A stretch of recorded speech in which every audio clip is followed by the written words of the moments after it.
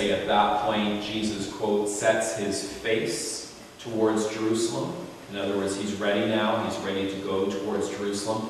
So comes down from the Mount of Transfiguration and starts moving through the Samaritan lands. Luke 10, Jesus sends out the famous sending out of his disciples who begin to practice ministry with training wheels on. They get a little experience and they come back and they report. Then we get into Luke 11 where Jesus is teaching on prayer. And it doesn't go so well. People say, actually, I think all this work that you're doing is actually the name of Beelzebub or the devil, and so that's a little awkward moment for Jesus. Then we get to Luke 12, where Jesus basically has a little word against the prosperity gospel. And then we get to Luke 13.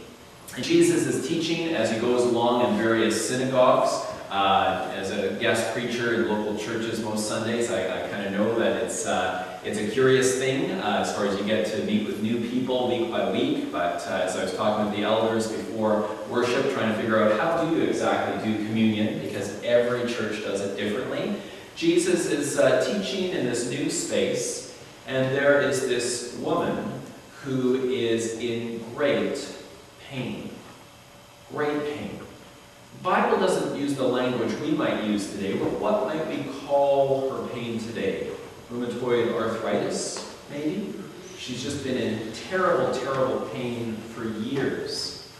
And you know what's so interesting, at least for me, as I sat down and read this earlier in the week, was she doesn't reach out and touch the hem of Jesus' garment, right? That triggers another Bible story, not this story. She doesn't stand up and make a declaration of faith, and Jesus approves of her. In fact, she doesn't seem to do anything at all, does she? Think about it in the story. She doesn't recite the Apostles' Creed. She doesn't answer the first question of what is the chief end of humankind in the Westminster Shorter Catechism. She doesn't even know the three subordinate standards of the Presbyterian Church in Canada. What kind of Christian could this person be? But Jesus sees her. Jesus calls her. Jesus heals her. It's interesting. Maybe her faith declaration is just showing up, like you've done today. To come and be present in a church, or in this case a synagogue, a place of teaching, a place of prayer. She shows up, and Jesus sees her, and Jesus heals her. And you'd expect the religious types, the clergy, to say, praise the Lord, and pass the offering plate, right? So that's what I did. But no, they are furious with Jesus. But as you can see, as we go from Luke 9, as Jesus starts making his way towards Jerusalem, the stakes are getting higher and higher in the narrative. And in fact, if you go one chapter further, I love how this happens. So we have the story that we're actually focused on today. But I was just looking at this yesterday. It's always good to kind of get a sense when we're looking at a scripture passage where it is in context. I just love the fact that in the next chapter, Jesus, where is he in Luke 14? He's in the house of a leading Pharisee to have a meal when? On the Sabbath. Listen to this. On one occasion, when Jesus was going to the house of a leader of the Pharisees to eat a meal on the Sabbath, they were watching him closely. Just then, in front of him, there was a man who had dropsy. And Jesus asked the lawyers and the Pharisees, is it lawful to cure people on the Sabbath or not? But they were silent. So Jesus took him and healed him and sent him away. Then he said to them, if one of you has a child or an ox that has fallen into a well, will you not immediately pull it out on the Sabbath? And they could not reply to this. So Jesus he's testing the boundaries. Jesus, as a faithful Jew, kept Sabbath, kept Shabbat. He wasn't being disrespectful, but he makes clear in Mark's Gospel that the Sabbath was made for humankind, not humankind for the Sabbath. It is interesting because this is a culture where everyone was expected to in some way participate in Sabbath keeping or Shabbat. Maybe some of you will be able to turn back in your memory to a time in Canada when Sabbath keeping was the norm, right? Some nodding heads. You remember a time in our own Canadian history with its Judeo-Christian foundations that were imported from Europe, right? The sense in which Sabbath keeping was the norm. But is that the case anymore today? No.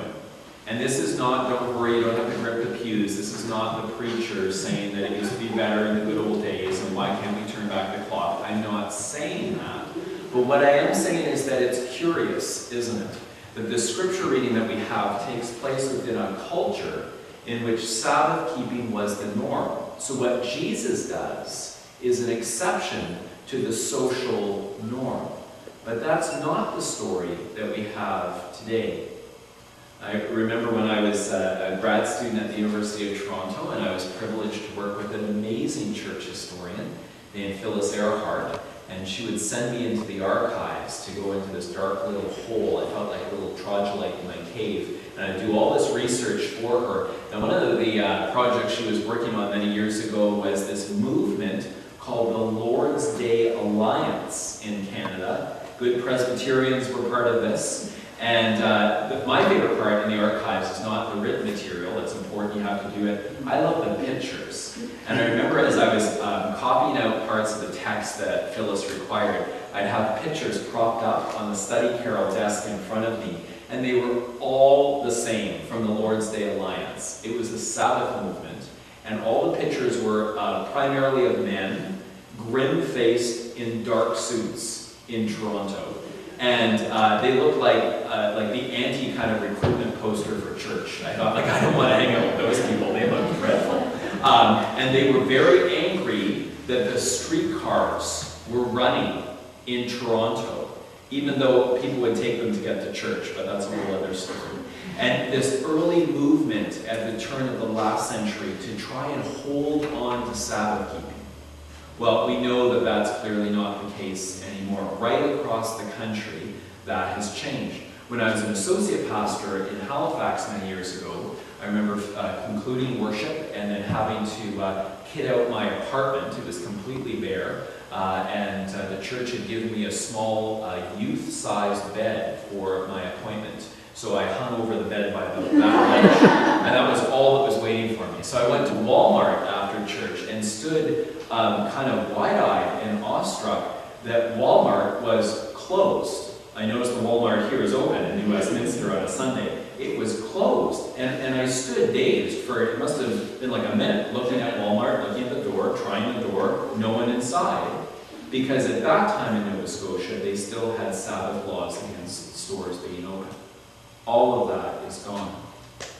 A number of years ago, my wife and I served the Irish Presbyterian Church for 3 months, and it was interesting. It was in a rural area where Sabbath keeping was still 100% the norm. Everything was closed on a Sunday. And after 3 months of being in that culture, you get into a certain rhythm. You stop thinking, I need to get milk today. You think, I can wait until tomorrow. That kind of thing. The culture, like in our Bible story, was keeping Sabbath in many ways for us. I remember watching on the news this BBC news story from the Isle of Lewis in the Hebrides, which was the last island that the Scottish ferries would not sail to on a Sunday. And finally, someone in the higher-up office said, this is ridiculous, we're laying on a service to the island of Lewis. And there were our Presbyterian siblings from the Church of Scotland meeting the very first Sunday ferry with placards. They were protesting the arrival of this ferry. And what was interesting, if I was at home in increasingly secular Canada, I would have picked up on the humor of the BBC reporter who was basically poking fun at these backwards people. But serving in a culture for 3 months in which Sabbath keeping was the norm, it made me feel a bit sad. because I was aware, as you probably are, what happens when the culture no longer keeps Sabbath for us. It's an old Jewish expression that the Sabbath has kept the Jews more than the Jews have kept the Sabbath. I wonder if we could say the same thing for Christians. Our history of Sabbath keeping is different, of course, than our Jewish brothers and sisters. Early Jewish Christians would celebrate Shabbat, sundown Friday to sundown on Saturday, and then they would gather on the day of resurrection, usually after work, for a celebration. But eventually those two were collapsed into one in the year 321 AD, and Sunday became, for the most part, Christians' Sabbath day. So what rules do we have left on the Sabbath? Is there anything that marks this day as different for us as Christians from the world around us? When we see the power of healing in today's story, we see that this person who is bent out of shape comes into contact with Jesus, and his compassion on the Sabbath not only heals her physically, but restores her to the broader community. There is a sense in which this is a community action. And like all healing in the Gospels, at the back of one's mind, you think, well, this is really about revealing the glory of God to those who have gathered. This healing that breaks the rules stands as an example of how we can be different in society around us. So I wonder what makes us different as Christians trying to keep Sabbath. If we dig in our church history and kind of get a sense of what some of our great teachers in the tradition have said, John Calvin was very clear on the purposes of Christian Sabbath. In Book 2 of the Institutes, as I'm sure all of you read this morning before church, he talks at first about two things that Christians should really focus on Sabbath keeping, and then by the time he finishes that part, he's arrived at three things. So it depends on which way you go at it, but the first one, the extra one he adds, I think is beautiful. He says that the reason Christians should keep Sabbath and be quiet and still one day a week is that God might work in us. That God might work in us. Isn't that a lovely, that's a lovely expression. And then he says, secondly, that we should gather as we are here for three things: for the hearing of the word, for the breaking of the mystical bread, as he calls it, and for public prayer. And the third thing he says is that we should then give rest, especially to those that we have some oversight for, maybe workers and so forth, that we should create space that they can rest. It's that third teaching of Calvin on the Sabbath that makes me think of the biblical warrant or mandate for Sabbath keeping. Of course we have Exodus 20, right? 10 Commandments. That's what Calvin is leaning into in this section of the Institutes. But then there is Deuteronomy 5 as well. And there, the difference in the commandment for Sabbath, it says, remember we were slaves in Egypt. In other words, what are you a slave to today? If you can't take one day and have a break, are we really that free? Or have we simply replaced slavery of one kind for another? That teaching, the teaching from Deuteronomy 5, I have to say, really kind of hit home and struck deep in my heart. And I started digging up some other resources that I found helpful for Sabbath, in addition to Calvin. And Dorothy Bass has a beautiful book on Christian practices. And in it she says, what if Christians thought of Sabbath keeping as three things? A break from work, a break from commerce, and a break from worry. How would you do that, I wonder? A break from work, we kind of nod our heads and say, I get that. A break from commerce, do you really need to be involved in the market and buying and selling and so forth? But a break from worry. Could you take one day a week where you acknowledge that all of that worry is you just turn it over to God and you live worry-free for that day? Another author that I've found particularly helpful with Sabbath and particularly challenging is Marva Dawn. She has a great book if you're looking for maybe a study as a church family called Keeping the Sabbath Holy, with a W, keeping it holy. And she says, what if we as Christians engage in 4 practices on the Sabbath? And they'll look different for each and every person here today. It's not like prescribed. But the first one is ceasing. Like if Sabbath is anything, it should be about stopping something, right? Like this is a challenge to me. I was saying this to Pat earlier in the week, that I had to stop and think, is there anything I don't do on a Sunday? Like anything at all that marks this day as different? So think about ceasing. The 4th, if you're writing them down, is ceasing, resting, and then there is embracing, taking something on, and then feasting. But let's just start with that first one. So ceasing. So I did something today, knowing I was coming to St. Aidan's, and I was thinking about Sabbath, and I put a little out-of-office notice on my email saying something like, it's the Sabbath today and I'm away from my email. I look forward to returning your email tomorrow. Hope you have a restful day, right? I thought, I am such a slave to my technology. What would it look like, ceasing-wise, to say I'm just not going to do email today at all? Now that's for me. I don't know what it would be for you, but can you think of one thing that you could cease from? The second thing is not ceasing, but resting. Is there an activity that you can engage in that would simply give you rest? What is that one thing that you long to do the rest of the week but never have time for? And how could you add that to your schedule? Embracing. What is a really active, not a restful activity, what is something very active that you could take on in order to name this as Sabbath? I was looking up St. Aidan this week, not St. Aidan's Presbyterian, but I always love church names. And St. Aidan's not a very common name for a Presbyterian church, so I was looking up St. Aidan. Do you know much about your saint that you're named for?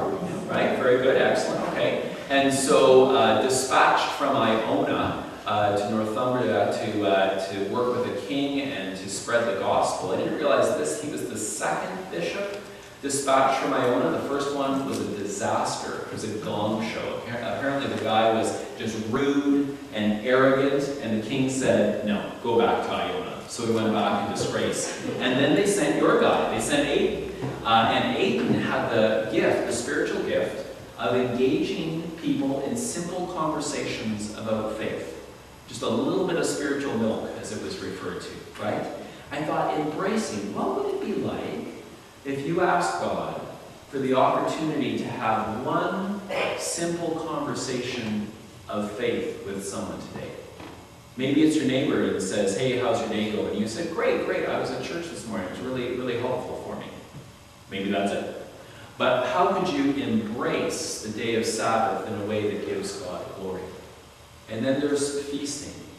How much you feast as the 4th category. Is there a neighbor who's isolated that you could have in for tea or for a meal? Is there a way that you can celebrate this gift of Sabbath with others? There's an argument to be made biblically that Sabbath does something for us and for the world. Marva Dawn tells this beautiful story in Keeping the Sabbath Holy of pioneers who set out from St. Louis to found a new community in what was then called the Oregon Territory, the state of Oregon today. And they were Christians, and when they left St. Louis, they agreed to travel 6 days and stop and rest on the Sabbath. But as they got into their journey towards Oregon, time was starting to run out, and it was getting cold at night, and some of them panicked and thought they wouldn't make it in time before winter set in. So they had a meeting, and half of them decided to go 7 days a week forward to Oregon, and the other half agreed to still keep Sabbath. She tells this little story in the book, and then she asks, who do you think got to Oregon first? It was the Sabbath-keeping folks. Now, you could say, well, practically their horses were better rested and that kind of thing. Who knows? But it's just this delightful kind of tortoise and the hare type story of the benefit to a whole community when you practice Sabbath.